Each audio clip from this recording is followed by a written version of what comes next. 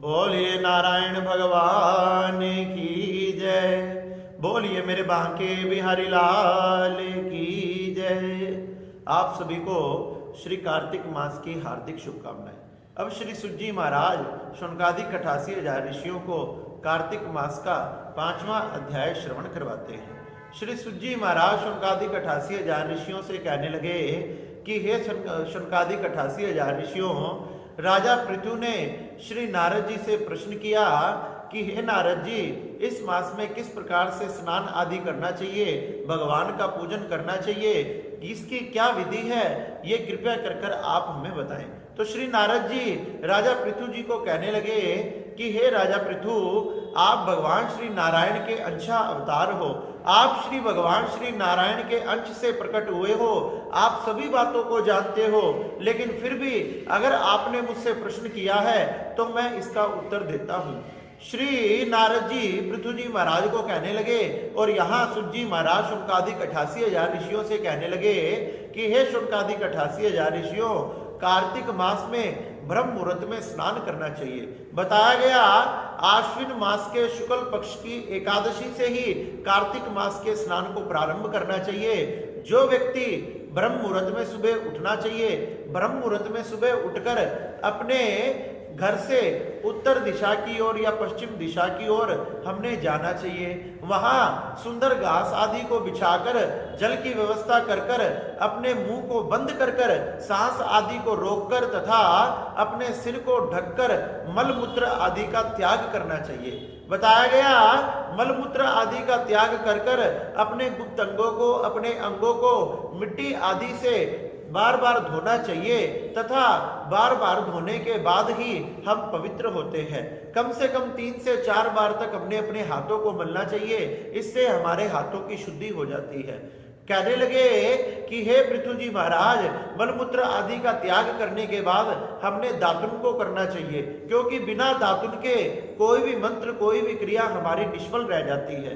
जब हम दातुन करते हैं हमारी मुख शुद्धि होती है, उसी के बाद हमें पूजा पाठ आदि की जो भी उसकी विधि है वही करने के उस ढंग को हमें ज्ञात होता है तथा उसकी उचित फल का हमें प्राप्ति होती है। इसलिए दूध वाले पेड़ों में से 12 आंगुल की एक दातुन को लेकर हमने करना चाहिए तथा कोई भी कांटे वाले पौधों की दातुन हमने नहीं करनी चाहिए। दातुन करने से हमारी शुद्धि होती है। मंत्र का जाप करना चाहिए कि हे बृहस्पति, मेरी आयु में वृद्धि करो, हे बृहस्पति, मेरे यश में वृद्धि करो, मेरे धन में वृद्धि करो, मेरे अन्न में वृद्धि करो, मेरे व्यापार में वृद्धि करो, मेरे परिवार में वृद्धि करो। इस प्रकार से प्रार्थना कर कर दातुन करनी चाहिए। दातुन करने के बाद शुद्ध जल से स्नान कर कर स्वच्छ वस्त्र आदि को पहनकर, शुद्ध वस्त्र आदि को पहनकर ही फिर हमने भगवान शंकर के, भगवान श्री नारायण के मंदिर में जाना चाहिए। बताया गया कि भगवान श्री शंकर जी को अर्घ प्रदान करें, सूर्य को अर्घ प्रदान करें, सभी देवी देवताओं को हमने अर्घ समर्पित करने चाहिए। इससे सभी देवी देवता कार्तिक मास में बड़े प्रसन्न होते हैं। हमने सुंदर पथवारी की पूजा करनी चाहिए तथा भगवान श्री नारायण तथा शंकर भगवान को वही फल तथा वही फूल समर्पित करने चाहिए जिनसे वह प्रसन्न होते हैं। भगवान शंकर को बताया गया केतकी का पुष्प नहीं चढ़ाना चाहिए, भगवान नारायण को मालती, केवड़ा आदि नहीं चढ़ाना चाहिए तथा जो व्यक्ति लक्ष्मी की प्राप्ति करना चाहते हैं उन्होंने तुलसी से भगवान सूर्य की तथा नारायण की पूजा नहीं करनी चाहिए। जो लक्ष्मी की प्राप्ति चाहते हैं, जो भक्ति की प्राप्ति चाहते हैं, भगवान के चरणों में प्रेम चाहते हैं, उन्हीं ने तुलसी से भगवान सूर्य तथा नारायण की पूजा करनी चाहिए। इस प्रकार से सभी देवी देवताओं की पूजा करने वाला, सबको अर्घ देने वाला, उसकी सभी प्रकार की मनोकामनाएं पूरी होती है तथा जन्म जन्मांतर के पाप आदि नष्ट हो जाते हैं। श्री सुज्जी महाराज शौनकादिक 88,000 ऋषियों से कहने लगे कि हे शौनकादिक 88,000 ऋषियों, इस प्रकार से ब्रह्म मुहूर्त में उठकर ही हमने मलमूत्र आदि का त्याग कर कर, दातुन आदि कर कर, शुद्ध स्नान कर कर भगवान का पूजन करना चाहिए। भगवान का पूजन करने के बाद हमने भगवान के भजन में, कीर्तन में दिन व्यतीत करना चाहिए और किसी प्रकार का क्रोध, लोभ, लालच आदि अपने मन में इन विकारों को नहीं आना चाहिए, देना चाहिए।